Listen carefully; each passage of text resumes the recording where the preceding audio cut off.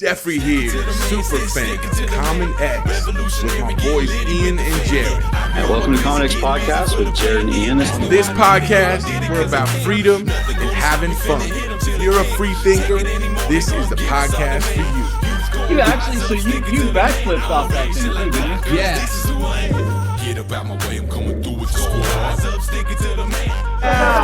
Everybody settle.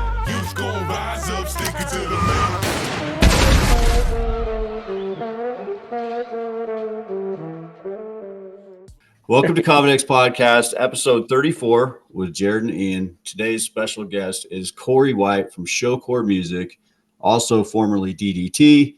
Welcome, Cory. How you doing today, man? Hey guys, how you doing? I didn't know we got to wear sunglasses. I would have brought mine. Yeah, man. Good. That's the thing. I didn't know. You didn't bring any?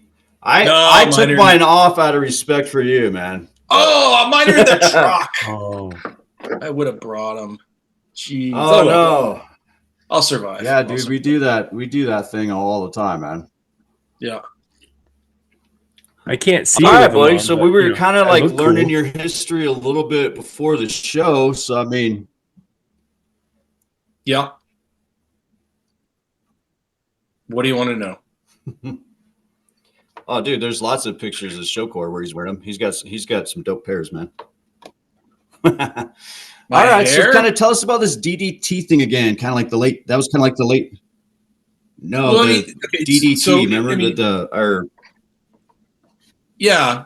Well, my music career started there, basically. I mean, as far as being a musician, I played in a high school band called Decade, and I was a bass player, and I was terrible, terrible. And then I got a job in radio, and my best friend at the time, Mike, got asked to join the band DDT, but they were called Juggernaut at the time. They're more of a hard rock kind of band, maybe just out of glam, sort of moving towards a grunge sort of sound. And then I don't know, I was hanging around with those guys for a while, and we all decided, I guess, that maybe I could bring something new to the project, with sort of, say, maybe a rap element or some sort of punk ideas or stuff like that, coming from that, new radio sort of background and modern rock sort of that bent. And so we did, and we started to gain popularity. The band just started to kind of take off in Vancouver and in Seattle. Actually, we did quite well down there. And then we caught the ear of Lars Ulrich from Metallica, and Lars started a label called TMC through Elektra Records, and we signed our first major record deal. We were in our early 20s, I think, at the time. And so, yeah, like I was telling you guys earlier, it was like a dream come true. You're a kid, right? You're like in your early 20s, and all of a sudden you sign a major label deal, through a rock star that's, one of your idols, basically. And then they say, okay, guys, we want you to go down to LA for a couple of months, live down there, and record at Sunset Sound Studios. And you go, okay. Right, Hell the yeah, dream. let's do it. Woohoo! Yeah, man. And so I was just wondering what year was that? What year was that? About? Well, I'm guessing it would have been the early 90s, mid early 90s, I think, because I would have been in my 20s. So yeah, mid early 90s, I'm thinking. Because that band. So, to continue on to what we did in that sort of era was, the band got some popularity. We made the record, and then we ended up touring with, like I said, Alice Cooper, the Scorpions, Kid Rock. We did a bunch of stuff with Megadeth, and in those days I got to see what like that. When you think when you're a kid, you go, "Oh, what happens backstage at these shows?" And you're like, "Is that real, or is it?" Well, I can tell you, when we were on tour with Kid Rock, all of that was real. That crazy stuff that you think is, like, I remember one time it was Joe C's birthday, his little person that he had on stage with him. Well, right. there was a time backstage where it was in, I think it was it was in Chicago. And we were backstage, and it was Joe C's birthday upstairs, and there was a tarp put out, a bar set up, and then naked ladies oil wrestling. and Joe being he always wanted to be like a wrestling manager, running around the side of the ring, telling these ladies, oh, you got to do this and you got to grab there and you got to do that. And, just going bananas, man. And it was hilarious and fun and everybody was having a good time. So as far as backstage stuff that happens and, that was one of that stuff's real. That stuff's real, So, but then that band, we were a little too, we were young. Everybody was a little too full of themselves. We didn't have the popularity we'd hoped for, and so the band slowly just kind of like fizzled out and went away, Yeah. And that was that. And so out of the ashes of that, let's say 2000, I got a phone call from management from that band, a fellow named Tom Barfield from Atlanta, Georgia. Tom's who's a good friend of mine now, but Tom had to give me the nasty call of, hey, the band's going in a different direction. Right. So your services are no longer required, Cory. Mm-hmm. So, and I was, okay, well, that's fine. And that same day that happened, my phone rang. And it happened to be Show on the other line, which was pretty crazy and serendipitous.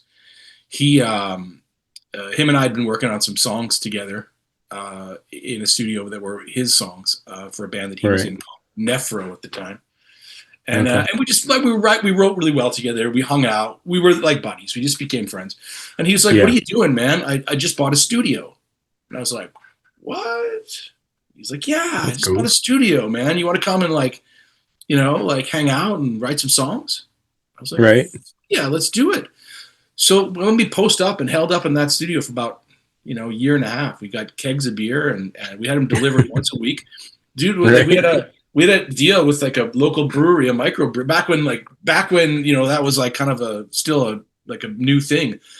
These friends of ours had a brewery and they would drop off a keg every week. And so we'd have it at the studio and the two of us would just sit there, man, and write music every day and then have beers at night, listen back and change tracks. And, it was like a clubhouse. And so all of our friends would come by and we'd have buddies come by and play on songs and stuff. It was really cool. It was like that, just that amazing environment where you can go and just kind of like, it's like I say, totally a clubhouse. We were bikers without bikes. Right. So is that kind of when Shocore like started then? Yeah, I mean, that was the inception. And the first song we wrote hilariously was Bonecracker, which like I right out of the gate, man. We were like sitting, we actually weren't in the studio at the time. We were going through some rehearsal tapes like from before that Show had at his house in the basement. And that bass line was in one of the songs in the tape. And there was a bunch of other guitar parts and crap, but it was just that bass line that jumped out. Right. So I was like, what's that? And so we isolated the bass line, played it, put it on a track, and then we just started fooling around with sounds. You know? And so we started fooling around with sounds, and he had the keyboard sitting there, and he was just like, what about wee wee? And I was like, yeah, that's the thing right there. And then chugga chugga, and then it just kind of grew from there. But we wrote it super fast.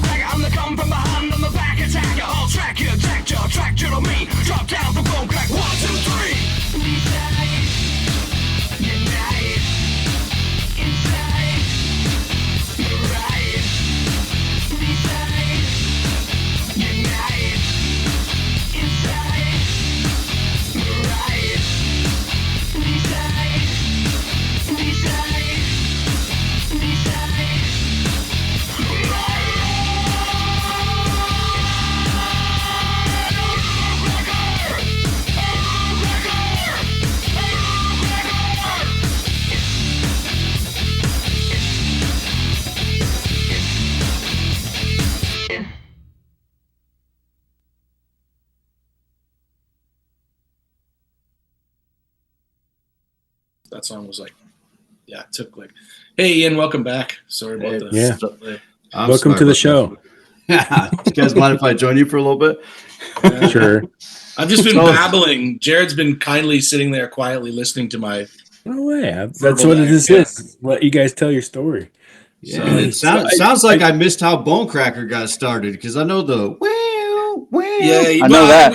Yeah, You came into it. I went through. You missed the part that you really missed was the Kid Rock story. But anyway. Oh no, you can watch that. You can watch That's that on all the right. Common He'll X have to watch it podcast. now. I'll be Yep. sure to tune into Common X podcast. I was just gonna say, if you tune into the Common X podcast, episode 3, okay, yeah, you'll be able to. maybe watch it'll make the highlight reel that is going to come out this afternoon, and I can watch that. it. Right. I'll have to tune into my own podcast to see what went on Yes, inside my that's podcast. right.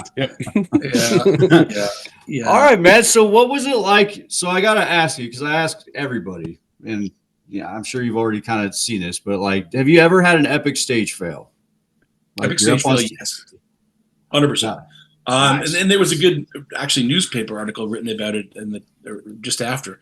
We were playing a show at a club in a place called Abbotsford, and it was sold out. We were on stage, and I did the put your foot on the monitor thing. Yeah. Only there was no monitor there. Oh, shit. Yeah, and I went head first right into there was the space between the crowd, the barricade and Right. yeah, and I went down hard, like right into that spot, all just tangled up and mangled up. And so, the band keeps playing and I'm just like a mess on the floor. And so I get myself kind of back up again and hobble back onto the stage. And we had like 3 songs left and I shot a jack, quick beer, powered through and Drink it got out. the show done. So it was funny because a couple of years later, that promoter that put that show on was interviewed in a newspaper in Canada, and they asked him his favorite story about the show must go on, and that was the story he quoted about how I got down and came back up again. I was a bloody mess, and I just finished the show like nothing happened. So That's awesome, Yes. man. Yeah, we had that. We had that in the episode with Danny Wright. We had the Prince of Pop Punk, they call him, man, and he was big on the BBC down there, and he had a similar story where he tripped over a monitor or whatever. And he's like, "Yeah, you just gotta keep going," I mean, those are the stories that we live for. You know what I mean? Yeah. So now, what are you doing these days? So you're managing groups and putting together shows and stuff now? Yeah, well, it kind of. I mean, I managed Men Without Hats. That was sort of it was labor of love. Even we kind of fell into the whole thing. Show's been in the band for many years now, and Ivan had a previous manager that wasn't really working out with. They had a falling out, and he was also the record label, and he was looking for somebody to sort of handle business and put his business back on track. And I'd spent a couple of years prior to that going through my own sort of figuring out how royalties in the music industry work and how artists, can better get themselves paid. And so in going through that, Show had introduced me to Ivan, and so we'd spoken. And he'd asked if I could sort of help him out that way, and then our relationship grew in sort of a business sense, and then I just became his manager, broad scope, not an accountant, but we have a team now of people who handle the hats that can lead the charge on, I guess. So that's kind of my main focus these days. I mean, I still write with Show, but we put out probably about a dozen songs over the past since 2020. We were supposed to I'm going to digress like crazy. Sorry, it happens all the time. No, it's cool, man. So 2020, just before the COVID, we got all the cats, you heard of them all, back into the room there, and we were planning on doing a tour. So we had assurances by Hugh from the Headstones that the Headstones were going to go out and we were going to support them, and we're going to put out a new record and do some shows. So we recorded a bunch of songs that we had in the bag, and then we started to release some singles. We played a couple of shows in Edmonton, Alberta, Canada, and then we came to Vancouver and did a kind of a big homecoming show at a place called the Rickshaw, and that was on, I believe it was February 20th, I think, of 2020. And then March 20th of 2020, everything shut down. Right. The world shut down. The world shut down. Somebody coughed. Yeah. And so the rug quickly got pulled out from under our feet. And any momentum that we had built was, quickly gone, and the flame was extinguished. Not to say that it won't ignite again, just that it in order to get those same people in that same room it's a bit more difficult at our age. Right. People have kids, people have moved to other parts of the country. People are, do you want to, is Shocore show and core, or is it, Shocore and friends, or is it, so that's the decisions that have to be made. Is it going to be, is everybody going to be the same, or is there going to be a few different guys? And we've changed players over the course of it. But I think probably, well, there's a conversation of possibly some shows next year, but we'll see. I'm not going to make it. So do you guys, when you said you've created quite a few songs, are you open, or have you like created songs and like shopped them around to like other artists to actually perform, or what?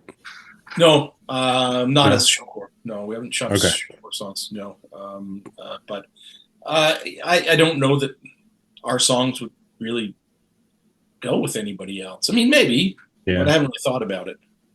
Okay. We have kind of a Shocore is a Shocore sort of a thing, I think. But so from what I've read about you guys, it kind of seems like you guys were kind of loose in that sense, like understanding that other people had projects, so you guys would kind of rotate through some band members, wouldn't you? Yeah. So that kind of still rings true today then. We had like for a while there was like Rich Rock was the bass player for a while. He was the bass player in Matthew Good Band. I'm not sure if you're familiar with Matthew Good, but he's a pretty big artist in Canada. There was Enzo. I mean, for the most part, it was bass players that we cycled through. Sal, our guitar player, has always been there. But it's an open door policy, or always was an open door policy, where if you got to do your own project, that's totally cool. As long as we find somebody who can, fill your shoes. That we didn't, no big deal. And you guys have had some talented people roll through there, man. I was a drummer when I was younger, and some of these double bass lines, man, that I've heard in some of your songs are like, holy smokes. Yeah. Yes. Dude, just killing it. Just beating the leather, man. So Bobby was from a band called Econoline Crush, which was another big band up here in Canada as well. Pretty big in the 90s. Okay. So right on, man. So you guys could potentially have an album release then in the near future? Shocore? Well, I mean, I'm more inclined to release singles. I don't know if you've seen the Spotify in the last couple of years, but I've dropped, like I say, probably almost a dozen, maybe, or maybe 8 or 10. I'm not sure, but singles. Like I did, we did an animated video for the song called "Lost in Austin, Texas," which is one of my favorites. It's a Shocore song that I never thought got the, it never got the push it deserved. But it's a fun song, and if you see the video, it's sort of like loosely based on the Scooby-Doo animation. So I don't know if you've checked it out, but if you check out YouTube, Lost in Austin, Texas, and you'll Shocore, and you'll see the video, and it's great. We're ripping spines out of devils and demons and stuff, and crushing beers, smashing bottles, and nice, man. So we'll have to throw a little clip of that in here. Yeah. Cool, check it out, man. It's pretty awesome. It's fun. It was a really fun animated video that we made. So.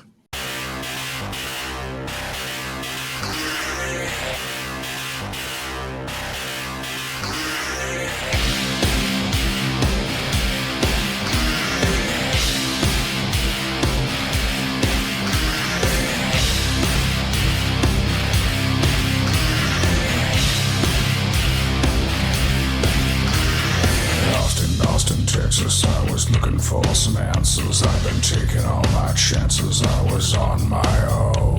Fever, high as an eagle, red-blooded devil, take to the sky. Yeah.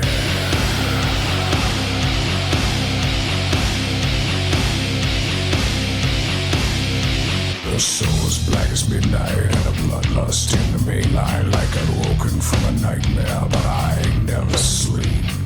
Evil under the skyline, taking down angels as they fly.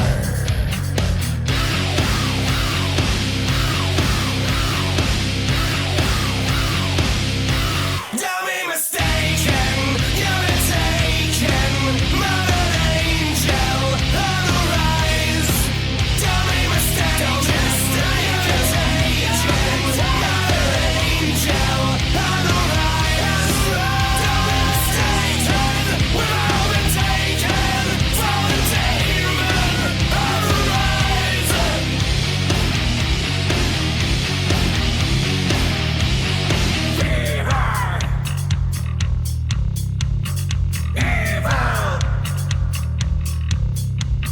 At Austin, Texas, I was looking for some answers. I've been taking all my chances, I was on my own. Fever, high as an eagle, red-blooded devil, take to the sky. Don't be mistaken,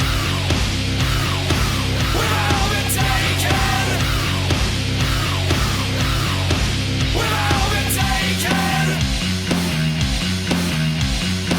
Don't be mistaken, you've been taken, murdered angel on the rise. Don't be mistaken, you've been taken, murdered angel on the rise. Don't be mistaken, we've all been taken, fallen demon on the rise.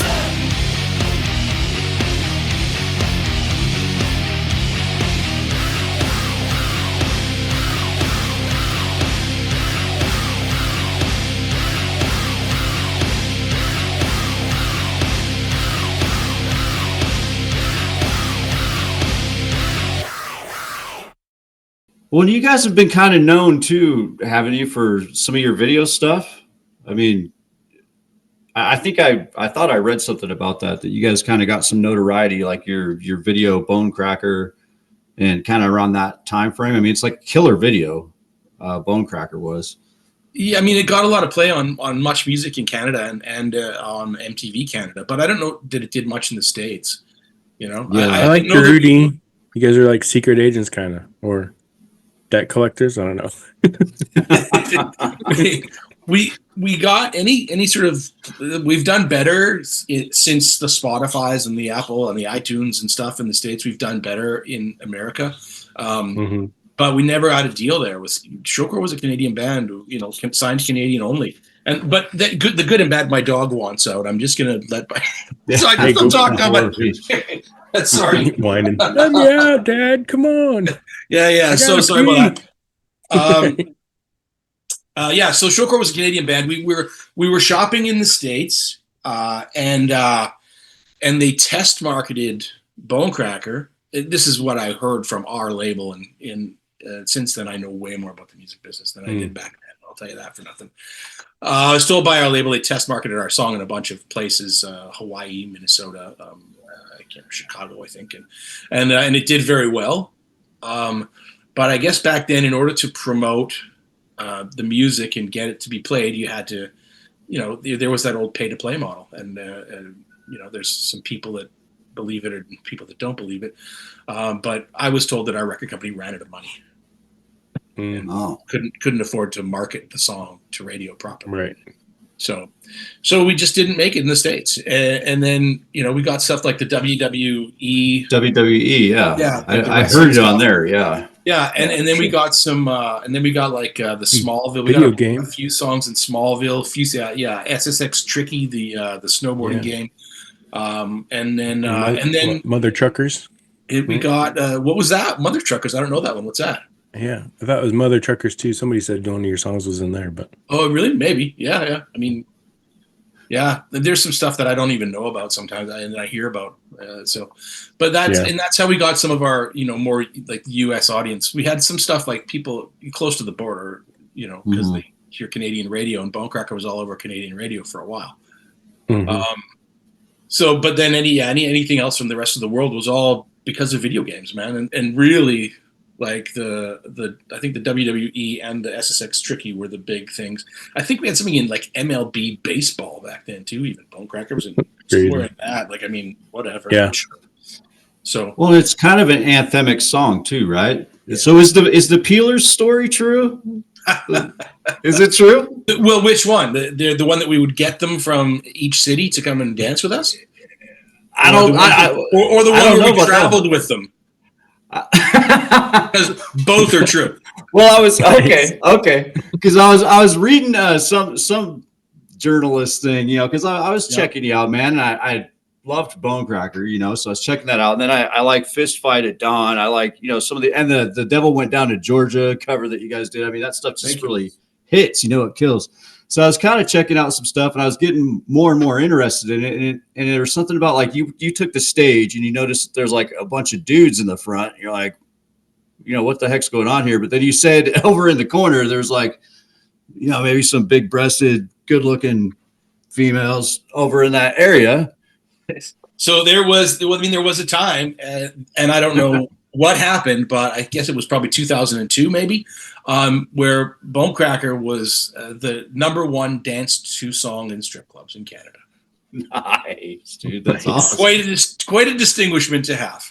Right. So, hey, you'd take it. So we went from having just those guys in the front row to having actually ladies at the show. And it's awesome. Well, you had a couple good-looking chicks in the video Bonecracker itself too, right? I'm sorry to anyone who was offended by the word chicks. It's an old '90s thing. Women, good-looking women. Gen X word. I doubt there are demographic, but it's all right. Nikki and Heather. They toured with us in Canada for a while. We did. Speaking of, Fist Fight at Dawn, that the guest vocalist on that is Hugh Dillon, right, from the Headstones. Yeah, he was also, in Yellowstone, and he's the producer of Mayor of Kingstown.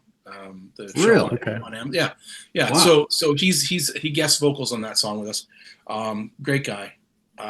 But so we went out with the Headstones, and those ladies came with us, and we were touring in a motorhome back then. There was I think there was 10 of us on the road in the motorhome. Nice. Yeah. Nice. Yeah, that was there wasn't a lot of sleep. Right. Yeah, I bet. So life on the road in like the early 2000s was pretty good time, huh? Yeah, man, it was fun. I still considered myself pretty young, so I guess I just got into my 30s at that point. And there was no internet, no, like we barely had cell phones, I guess. I mean, certainly no smartphones. Right. Maybe a Nextel thing. It was a different time. Yeah. What's that?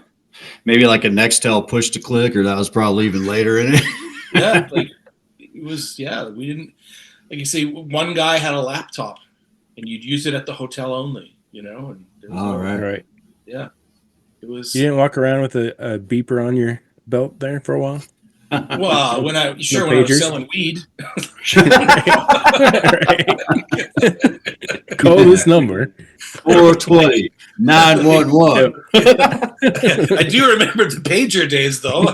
Man, it was funny. I remember sitting in a bar in Vancouver when the cell phones, like, my dad got me a cell phone so he could keep track of me, and this was the first one. And it was like a brick, right? Yeah. So I'd go sit with my friends at the bar. We set the brick in the middle of the table, and we'd be drinking beers. And who do you want to call? We'd all take turns making phone calls because we thought it was so crazy that we had a phone sitting at the table at the pub. So yeah. And now look at it, right? Now we have supercomputers in our pockets. Exactly. Yeah. That's wild. Yeah, when we had Sid Griffin on, we were kind of talking to him about when he was touring with the Long Riders in the 80s, and he was like, oh yeah, you had to get everything done. Everyone would be late getting to the tour bus because you had to get everything done from the hotel room phone, Yeah. And then where were they, Jared? They were somewhere on a highway in the middle of nowhere in Minnesota or something. Nowhere. And they counted 17 phone booths, and it was like a fist fight to get stopped so everybody could grab a working pay phone or something like that. Yeah, man, it's true. We had to do all like interviews were all, radio interviews and press was all done. We got to stop at a gas station. Like you stopped at a gas station, did an interview on the phone or the pay phone. Like, that was just what you did back then. It was That's crazy.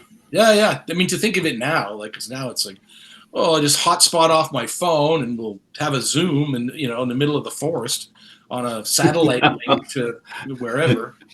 Yeah. You know? It's crazy. now you're with Jared and Ian on Common X.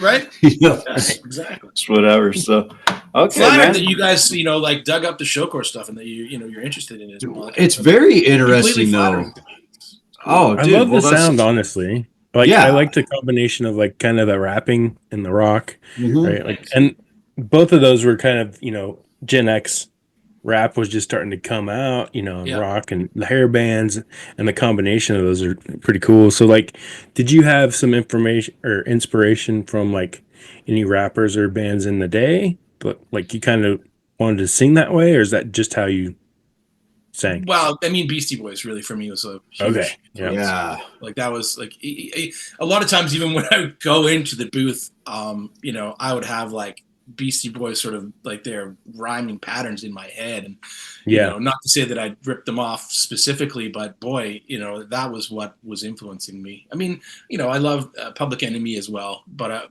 Beastie yeah. Boys were really like my number one sort of like I was a huge fan. So I wanted to mix that in and with all the metal and everything else that we were totally into back then, you know, it made sense to kind of mix those two things together. It was really kind of a you know, Gen X sort of thing that we, not that we came up with, but that, you know, like there's the Biscuits, Limp Biscuits, and the, you know, like there was a bunch of guys, the Linkin Parks, obviously. Papa Roach too. Papa Roach. Papa Roach. Yeah, like it was, even. yeah, like, I mean, there was a bunch of us, you know, doing it. And yeah, I mean, I don't know who came out first, but I think it was us. It might have been, dude. It might have been. I was doing it in DDT, man. I was doing it Right. in DDT, which was way before that stuff. Yeah.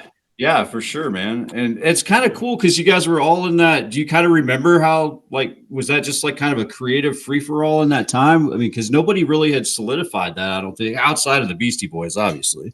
Yeah. But, yeah, I mean, we were just experimenting. That was the thing when I was telling Jared earlier, like, you know, when Show called me that sort of fateful day when we decided to create Shocore, you know, he just bought a studio and we had time. My dog is going crazy again. oh, it's all good, man. Hold on 1 second. Sorry. Come on in.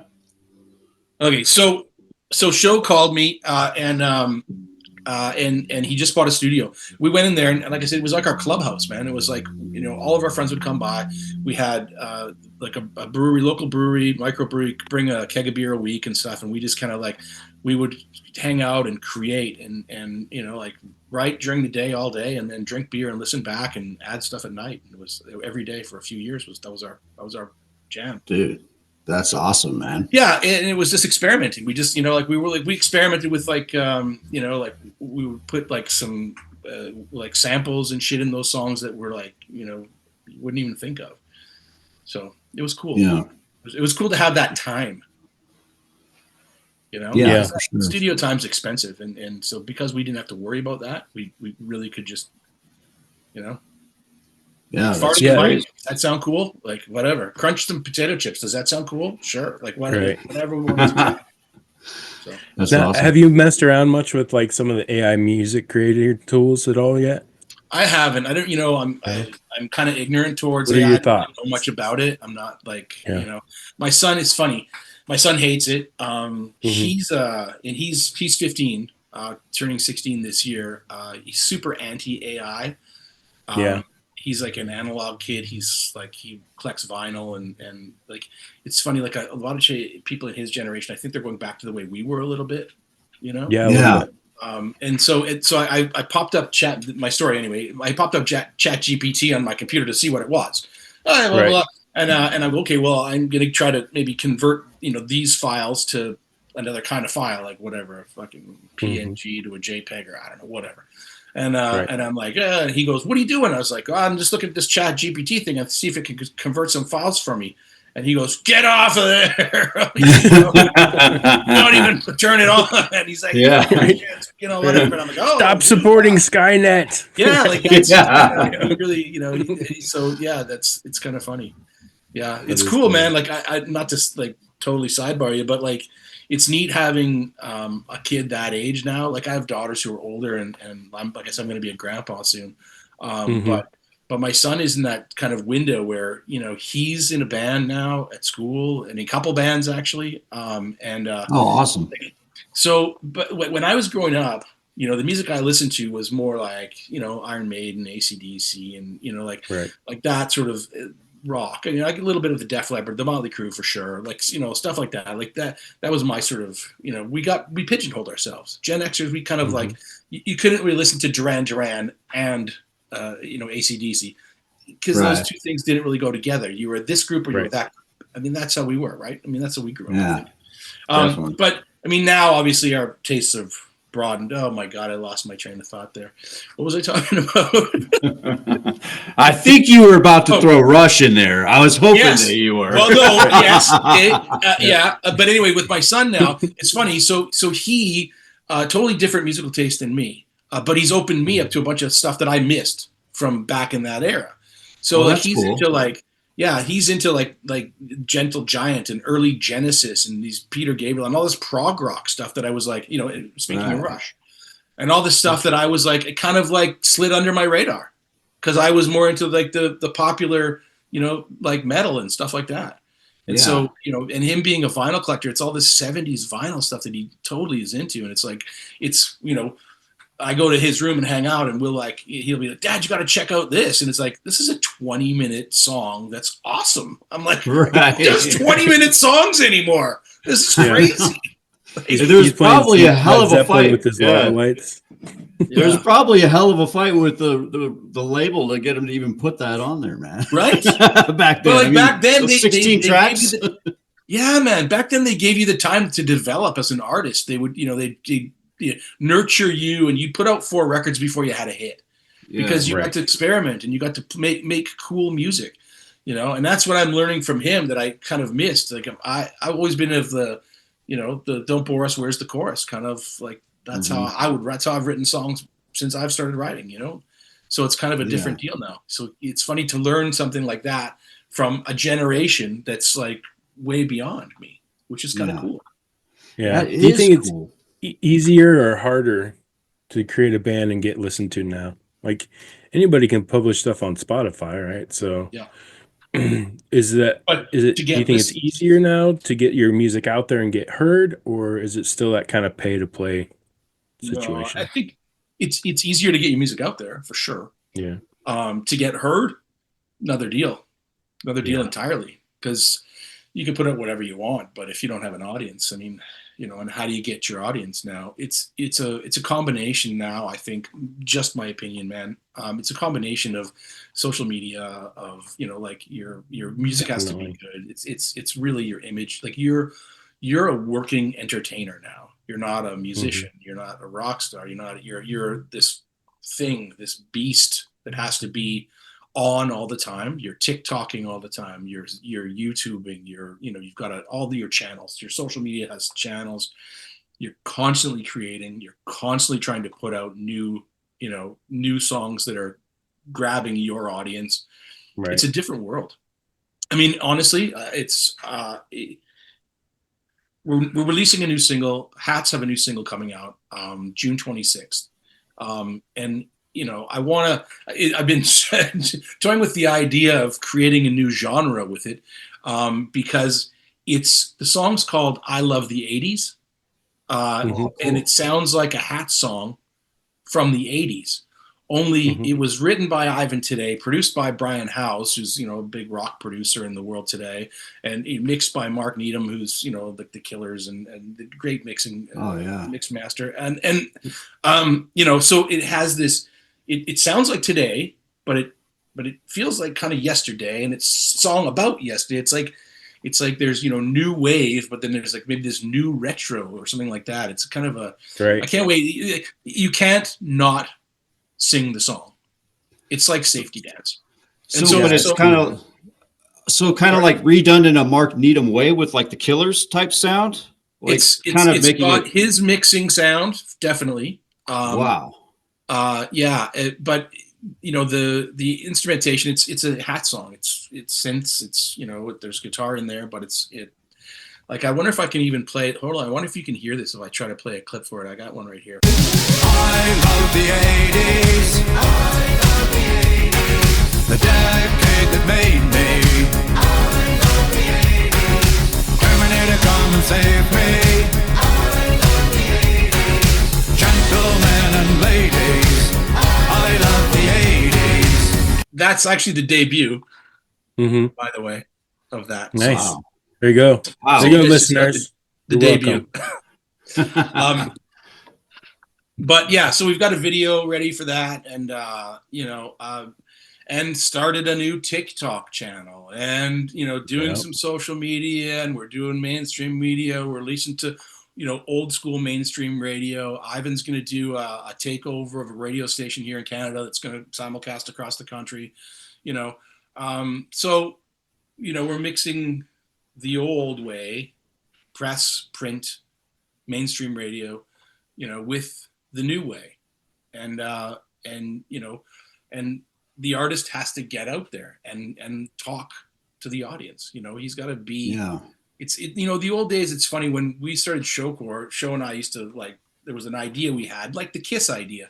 What happens backstage, the audience doesn't see. They see the magic that happens on stage, and there's a veil between the band and the audience. Well, now the veil's gone. Now the audience gets to see behind the curtain.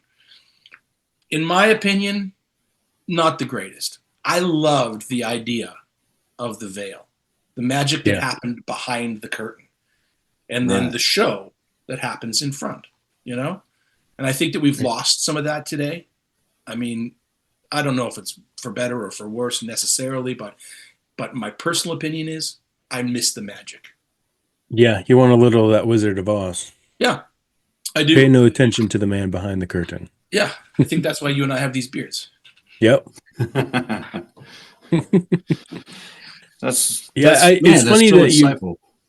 It's funny that you mentioned that about your son, because I have a son. He's 17 and he listens to music similar.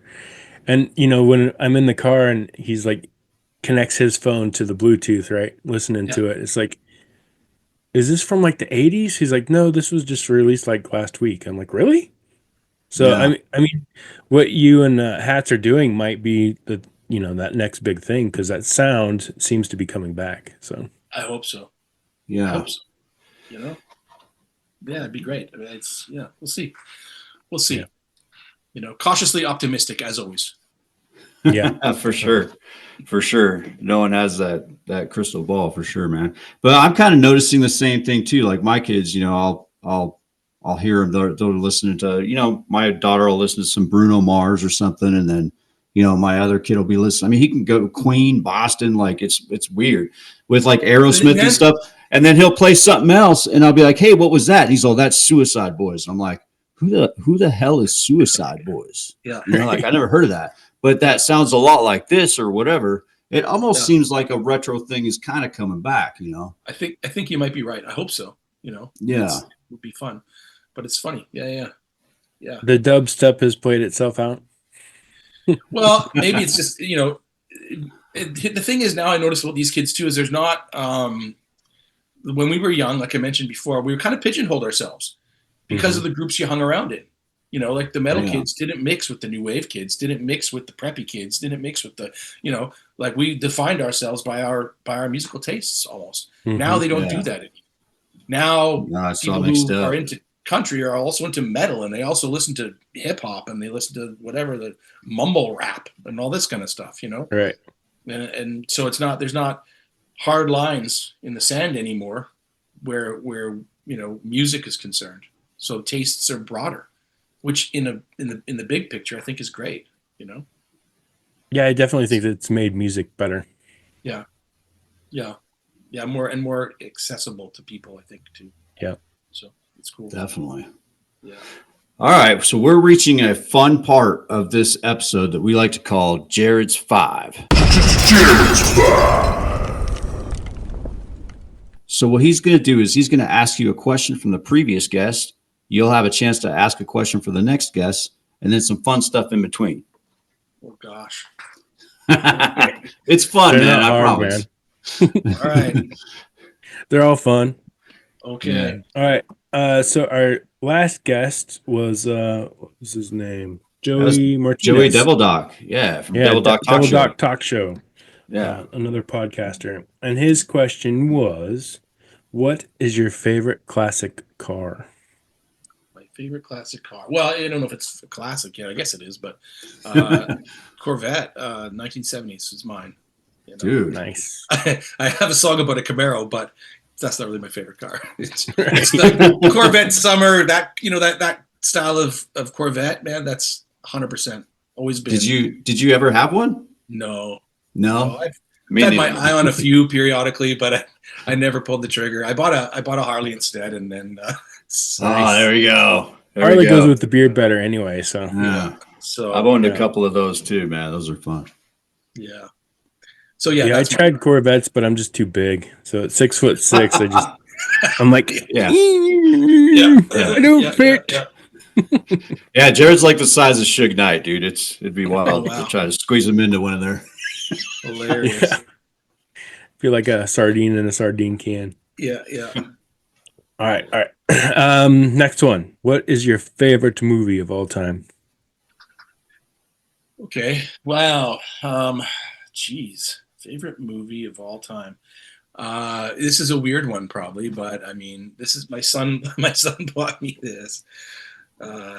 Highlander. Yeah. The Highlander. The original. Nah, there can be only one. Yeah. There can be only one. I'm gonna go with that. Yeah. That's That's good. I should be cooler and do like Goodfellas or No way, man. Highlander was great. But Highlander, I think, was in my day. That was my number one for sure. Yeah. I like it when Ricky Bobby tries to explain it to. Yeah. It's a great one. Yeah. All right. Next one. Favorite Saturday morning cartoon. Ooh, tough. Man. I mean, I'm gonna say Scooby Doo. But I still there was some other ones that were like real specific that like there was this one called Jabberjaw. Do you remember that one at all? Did I even know if you guys got that? I don't think so. It was like a shark. It was a shark, and he was like, I don't know. Anyway, it was called Jabberjaw, and he was a shark, and he like walked around, and he kind of I think ate people and stuff. And that was, I think so. I'll go with Scooby Doo because everybody knows that one. But Jabberjaw had this like really cool song at the beginning, Jabba Jabba Jabba Jabba Jabba Jaw, the most interesting shark you ever saw. It's ringing a bell now. Okay, yeah, you got me with the hook, dude. Now I think I kind of remember that. Yeah. For some reason, the shark had some kind of New York accent or something. Yeah, like Jersey or something. Yeah. Jersey accent. Yeah. That's funny. All right. So yeah, that's it. All right. Yeah, I'll find that one and put it up here. Let's see. Next one is, what is one thing that you think people should know about you that maybe they don't? That I think people should know about me? Yeah. Jesus. Wow. Behind the curtain. Yeah, that's too behind the curtain, man. No, that's behind the curtain, man. Yeah. I don't know. I think people should know about me. I don't. Yeah, I mean, I think, can we pass? I don't even know that. I don't even know how to answer that. Man. You can pass. Yeah, I think I'll pass on that. I don't really have anything for that one. All right. And then last one is, if you could go back and tell your teenage self one thing, what would it be? Oh, God, pay more attention to business when you're young. Pay more attention to business when you're young, for sure. Yeah. Definitely. That's a good one. Absolutely. Yeah. I mean, that was one of the biggest things I learned, I guess, coming into my late 30s was like, I didn't pay enough attention, back in the day. I spent too much time, partying and wanting to be a rock star and less knowing about what a rock star is and how to create it and all that kind of stuff. So, so knowing business would have been, that would have been good. Yeah, it's definitely something they should teach kids in schools these days. They should. Yeah. Yep. Yeah. 100%. Sure. I mean, yeah, there's so much that they should teach that they don't, but anyway. Yeah. That's for another podcast. Right. Well, that's it for the hard questions. So What's the question you want our next guest to ask or to answer? Man, I don't even know. Be anything, man. It could be anyone, tell man. you. Don't know. I don't know. Okay, well, say favorite musical style. What's your favorite musical style? Okay. Sweet. What do you listen to when you're by yourself? Ooh, Oh, that's a good one. Yeah. Linda Carlisle. No. Well, yeah. I mean, who knows? People listen to weird Celine stuff by Dion. themselves. Oh, wait. No, Yeah, that's not true. That's not it. Uh, Skrillex. Oh yeah, there you go. 5 Finger Death Punch. Yeah, that's what I meant to say. Right. yeah, right. Right. Yeah. Right. Exactly. Linda Carlisle. Oh my gosh, guys. When no one's around, what Yeah. do you listen to? Do you have a message for inspiring artists? Let's do that one. A message for inspiring artists, man. Yes, 100% is don't give up. Just go. Keep doing. Keep creating, and always, move forward. Every day you try. Every day you learn something new. Every time it doesn't work, it doesn't mean you're not learning something or moving forward. Just keep doing it. Just keep doing it. Just keep doing it. If you want to have a career in entertainment, in anything in entertainment, or that world, the key is to not give up. The key is to just keep going. That's what I think. Eventually you're going to look back and there's going to be 10 years of experience there. And even if you didn't make a bunch of money in those 10 years, you got all that experience. And guess what? That experience is worth money now. Yep. You basically put yourself through that college, university college of music or entertainment or whatever it is. I think just keep moving forward. It's the most important thing. If you give up, you're never going to make anything. You can't, Right. Yeah, So that makes sense. But yeah. Well, you heard it here first, folks. This has been Cory White with Shocore. Everybody go check him out. Do you guys have TikTok too? Are you on TikTok as well? I think I have a TikTok channel, but I don't think there's anything on it.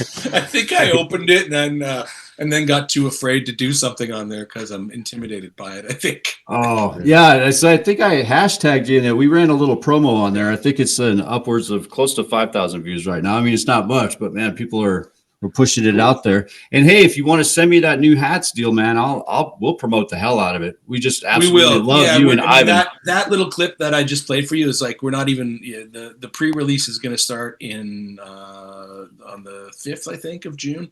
We'll start a little pre-release thing, pre-order, and then the single doesn't drop until June 26th, so we're quite a ways out yet. But with the videos done, and we've got some, a bunch of short-form content all filmed and all ready to go, and behind the scenes and stuff. But looking forward to it. Yeah, kick it to us, man. We'll push it out. Yeah, awesome. I'll definitely send it over to you when it's when we're ready to release. Awesome. Cool. Sounds good. All right. Well, thanks for joining us on Common X. It's been episode 34 with Cory White from Shocore. Bone cracker. Thank you, fellas. All right. See you, man. See you later. Thank you. Hey, everybody. Thanks for tuning in today to the podcast, Common X with Jared and Ian. We really appreciate you guys and would love your support. So make sure you click that subscribe or like button or follow us on all our social media platforms and on YouTube and Spotify, because that would really help us out. And that helps us bring more episodes to you guys every week. And hopefully from, content that you guys want to see. So reach out, TikTok, YouTube, leave comments. If there's anything that you guys want to see or any guests that you want us to try and get on, let us know. We do have a good lineup coming. So thank you again. We love you guys. Thanks for your support. And we'll see you next time. And remember, common sense isn't that common. So that's why we're bringing common sense back from Generation X.